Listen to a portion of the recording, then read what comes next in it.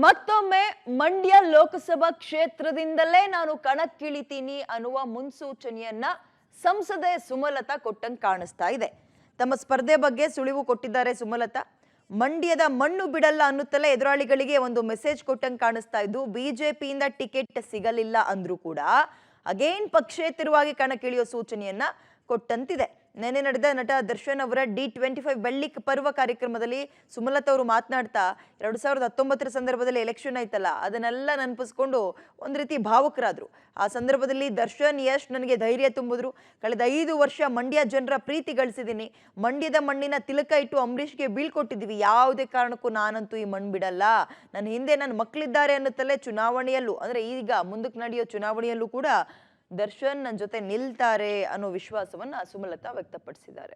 ಅವತ್ತು ಒಳ್ಳೆಯದನ್ನ ಮಾಡೋರಿಗೆ ಭಗವಂತ ಒಳ್ಳೆಯದನ್ನೇ ಕೊಡ್ತಾನೆ ಅನ್ನೋ ಮಾತನ್ನ ನಾನು ತುಂಬ ದೃಢವಾಗಿ ನಂಬಿದ್ದೀನಿ. ನನ್ನ ಸುತ್ತಾನೂ ಎಲ್ಲ ಒಳ್ಳೆಯವರೇ ಇದ್ದಾರೆ, ಅದನ್ನು ನಾನು ನಂಬಿದ್ದೀನಿ. ಆ ದೇವರ ಒಂದು ಆಶೀರ್ವಾದ ಇದೆ. ಅಂಬರೀಷ್ ಅವರಿದ್ದಾರೆ ಇಲ್ಲಿ, ನನ್ನ ಹಿಂದೆ ನನ್ನ ಮಕ್ಕಳಿದ್ದಾರೆ, ಅಷ್ಟೇ, ಇನ್ನೇನು ಬೇಡ.